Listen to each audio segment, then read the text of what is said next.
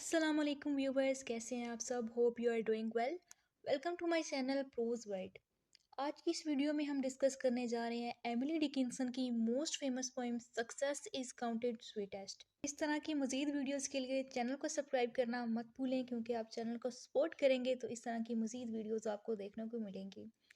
Poem को start करते हैं। पोएम 1859 में लिखी गई, 1864 में पब्लिश करवाई गई। इस पोएम के बारे में सबसे इम्पोर्टेंट बात वो ये है कि ये पोएम जो है ये एमिली डिकिंसन की डेथ के बाद पब्लिश हुई।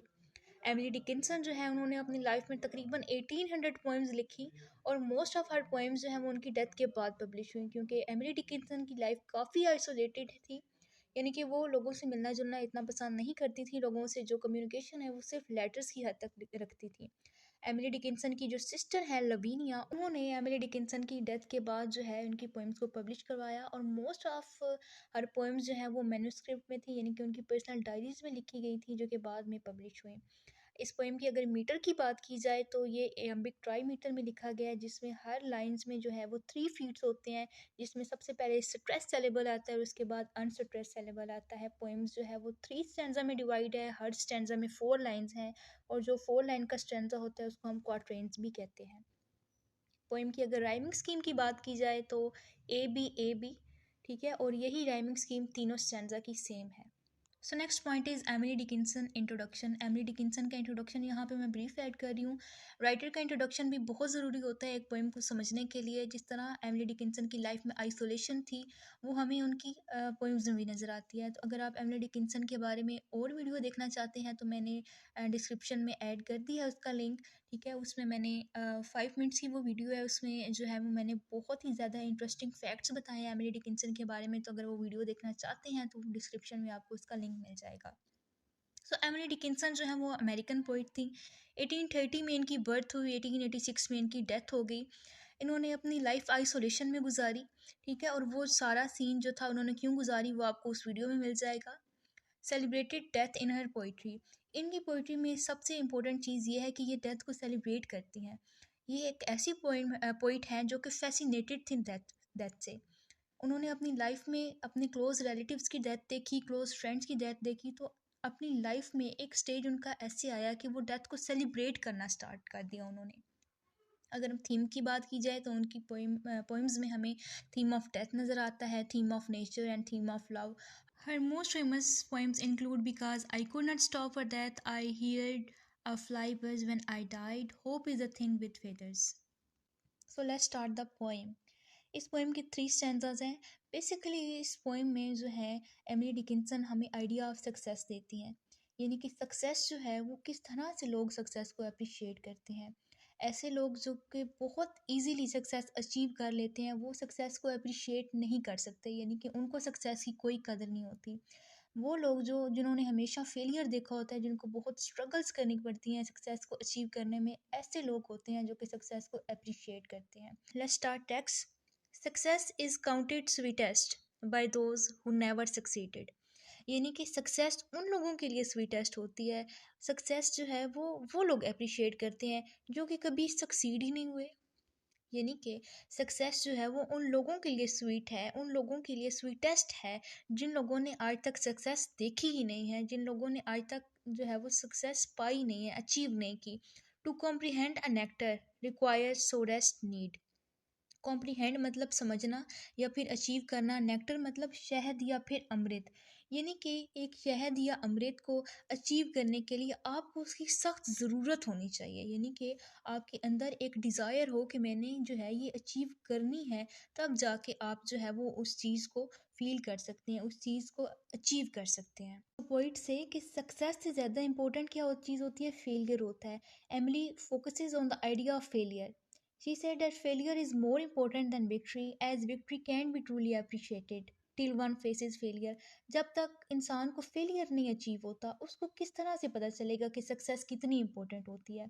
सो ऐसे लोग जिन जो स्ट्रगल करते हैं, जिनको जो है वो डिफ़िकल्टीज़ देखनी पड़ती हैं, वो लोग ही सक्सेस को एप्रिशिएट कर सकते हैं, ना कि वो लोग जिनको हमेशा से सक्सेस अचीव हुई है। This is the second स्टैंज़ा।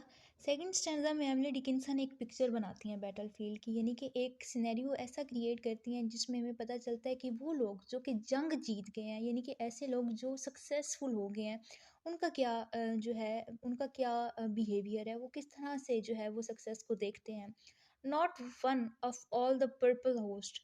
Purple host से यहाँ पे मतलब है रिच पीपल या फिर रॉयल पीपल, जिनको जो है वो डिफ़िकल्टीज फेस ही नहीं करनी पड़ती, जो कि जो है वो डायरेक्ट अचीव कर सकते हैं किसी भी चीज़ को। Not one of all the purple host who took the flag today. Who took the flag today मतलब जो कि जीत गए हैं, जो कि बैटल जीत गए हैं। Can tell the definition so clear of victory. यानी कि ऐसे लोग जो कि बैटल जीत गए हैं, जिनके पास फ्लैग है, ऐसे रिच लोग जिन्होंने डिफ़िकल्टीज़ देखी नहीं है और जो डायरेक्ट जो है उन्होंने सक्सेस अचीव कर लिया है, वो आपको विक्ट्री की डेफिनेशन नहीं बता सकते। सो क्लियर ऑफ विक्ट्री यानी कि वो आपको क्लियर डेफिनेशन विक्ट्री की बता ही नहीं सकते, क्योंकि उन्होंने तो डिफ़िकल्टीज़ देखी ही नहीं है। Purple colour symbolise that they did not win because of hardship, but because of the surplus army. उनके पास रिसोर्सेज थे, उनके पास जो है वो पहुँच थी, और इस वजह से वो जीते हैं, ना कि इस वजह से कि उन्होंने हार्डशिप को फेस किया या फिर मेहनत की। सिर्फ वो इसलिए जीते हैं क्योंकि वो पर्पल यानी कि वो रॉयल पीपल थे। And here is the last and third stanza.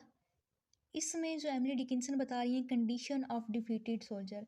सबसे पहले जो है वो सक्सेस के बारे में बताया, सेकंड स्टैंजा में बताया कि जो लोग अचीव कर लेते हैं सक्सेस उनका क्या बिहेवियर होता है, और थर्ड पे वो बता रही हैं ऐसे लोगों की कंडीशन जो कि सक्सेस अचीव नहीं कर सकते। एज ही डिफीटेड डाइंग, यानी कि जो लोग जो हैं वो डिफीट हो गए हैं, यानी कि ऐसे लोग जिनको सक्सेस अचीव नहीं हुई।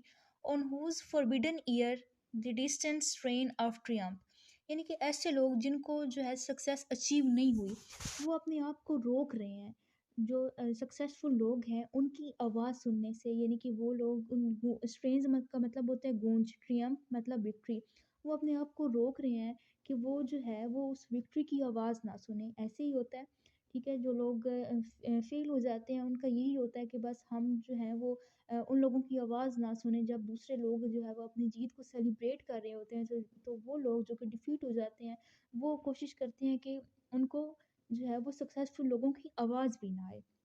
ठीक है, यानी कि ऐसी कंडीशन हो जाती है डिफीटेड सोल्जर की। बर्स्ट एगोनाइज्ड एंड क्लियर, यानी कि वो एक प्रॉपर जो है वो डिफ़िकल्टी में होते हैं और ये चीज़ बिल्कुल क्लियर होती है। तो इस चीज़ से हमें पता चलता है कि जो सक्सेस है वो कितनी ज़रूरी है। जो हमने सेकंड स्टैंजा में देखा, सक्सेस उनके लिए इम्पोर्टेंट नहीं थी, वो तो हमेशा से सक्सीड हुए हैं। सक्सेस जो है वो सिर्फ उन लोगों के लिए इम्पोर्टेंट होती है जो हमेशा डिफीट होते हैं और जिनको जो है वो सक्सेस की ज़रूरत होती है, और ऐसे लोग जो है वो सक्सेस को अप्रिशिएट कर सकते हैं। इस पोएम की अगर थीम की बात की जाए तो इस पोएम का मेन जो मोस्ट इम्पोर्टेंट जो थीम है वो है वैल्यू ऑफ सक्सेस। ठीक है, द एलूसिवनेस ऑफ सक्सेस, यानी कि जो है वो सक्सेस की को कौन लोग सेलिब्रेट कर रहे हैं और किन लोगों के लिए जो सक्सेस है वो ज़्यादा ज़रूरी है। आयरनी ऑफ विक्ट्री, ठीक है, यानी कि जो लोग जीत गए हैं उनको तो इतनी खुशी नहीं है क्योंकि उन्होंने स्ट्रगल्स नहीं की, और ज़ाहिर बात है जो बंदा स्ट्रगल करके बाद में सक्सीड होता है उस वो जो है वो सक्सेस को ज़्यादा अप्रिशिएट करता है, उसको ज़्यादा अच्छे तरीके से सेलिब्रेट कर सकता है। Contrast between winning and losing is the same thing. Value of success, human nature and desire. जब तक इंसान के अंदर डिज़ायर नहीं होती सक्सेस को अचीव करने की, तब तक वो सक्सेस को अचीव नहीं कर सकता। सो ये थी आज की हमारी वीडियो। उम्मीद करती हूँ आपको ये वीडियो अच्छी लगी होगी। वीडियो को लाइक करें, दोस्तों के साथ शेयर करें, and please don't forget to subscribe my channel. Channel को सपोर्ट करें और इस तरह की मज़ीद वीडियोज़ देखते रहें। See you in another video.